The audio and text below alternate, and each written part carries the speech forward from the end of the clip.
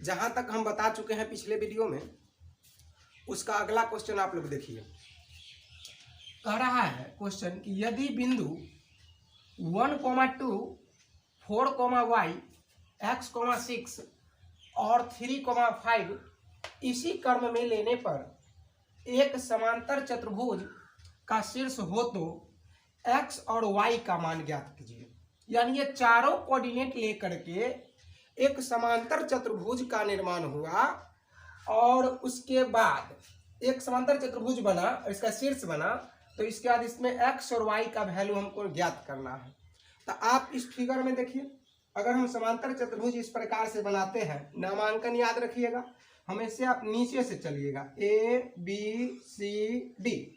तो हमारा चारों शीर्ष दिया हुआ है, तो प्रथम को हम बता दिए हैं पीछे वाले क्वेश्चन में कि ए बी सी और इसको मानेंगे डी। हम बैठाते हैं ए का मान, बी का, सी का और डी का।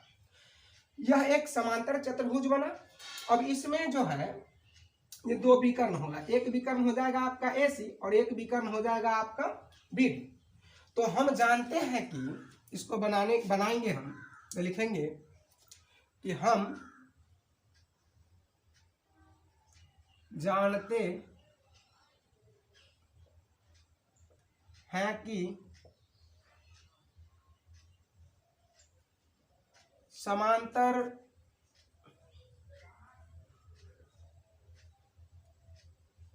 चतुर्भुज का विकर्ण, समांतर चतुर्भुज का विकर्ण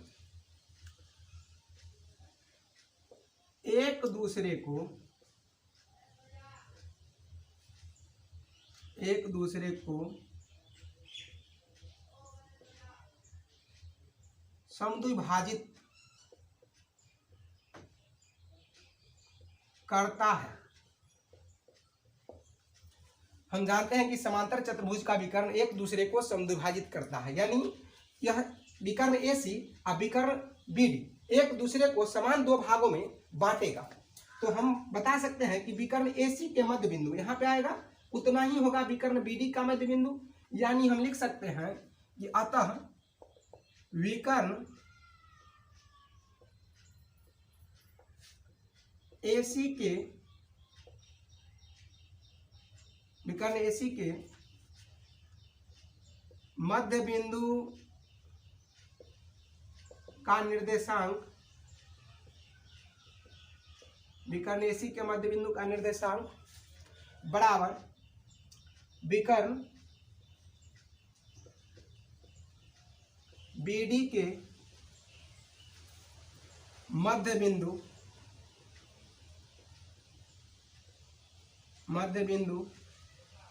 का निर्देशांक। तो हम AC के लिए जब चलेंगे तो हम सिर्फ AC का वैल्यू लेंगे, और जब हम BD के लिए चलेंगे तो सिर्फ BD का वैल्यू लेंगे। यानी AC के मध्य बिंदु के निर्देशांक बराबर है BD के मध्य बिंदु का निर्देशांक। तो हम AC के लिए जब फॉर्मूला लगाएंगे तो क्या होगा मध्य बिंदु का, तो x1 plus x2/2 comma y1 plus y2/2। अब AC के लिए हो गया। जब हम BD के लिए चलेंगे तो equal x1 plus x2/2 comma y1 plus y2/2। या BD के लिए भी हो गया। अब मान पुट कीजिए।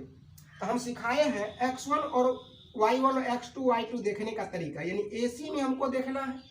AC का मान पहले आप ले लीजिए, ये हो गया A और ये हो गया आपका C। हम लिख सकते हैं AC का 1 2 और इसका दिया हुआ है x,6। यानी पहला बॉक्स में जो होगा वो होगा आपका x1 y1, बता चुके हैं हम पीछे, और दूसरा में हो जाएगा x2 y2। तो हम मान बैठाते हैं x1 y1, तो x1 प्लस x2/2, x1 का मान है 1 और प्लस है तो प्लस x2 का मान है आपका वहाँ पे देख लीजिए x, तो लिख सकते हैं हम x/2। y वाला को बैठाइए, y1 का है 2 प्लस y2 का है आपको 6/2। इधर तो हो गया इक्वल x1 प्लस x2/2। यानी किसके लिए चलेंगे हम, तो BD के लिए, क्योंकि BD का विकर्ण में है। तो BD का मान आप देख लीजिए, लिख लीजिए आप बी और डी। तो बी का मान हो गया आपको 4 कोमा वाई और डी का मान है आपका 3,5। तो पहला बॉक्स में x1 y1 और दूसरा में x2 y2। तो x1 का मान हो गया आपको 4 और प्लस x2 का मान हो गया आपका 3/2 कोमा y1 का मान हो गया आपको y प्लस y2 का मान हो गया आपको 5/2।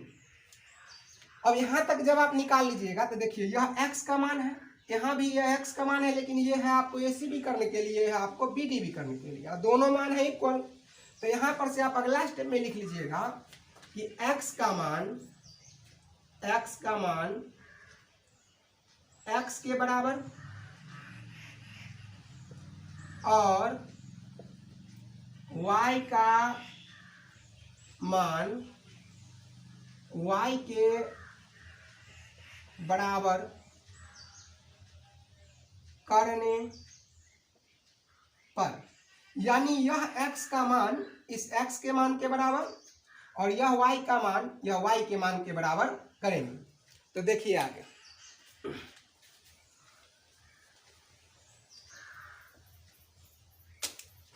अब x का मान यहां देखिए 1 +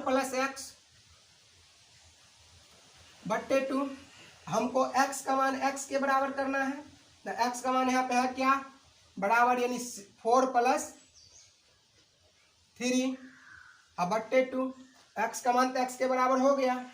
अब y का मान y के बराबर, तो y का मान है आपका यहाँ पे 2 + 6/2। अब बराबर करना है तो y + 5/2 हम करते हैं आगे।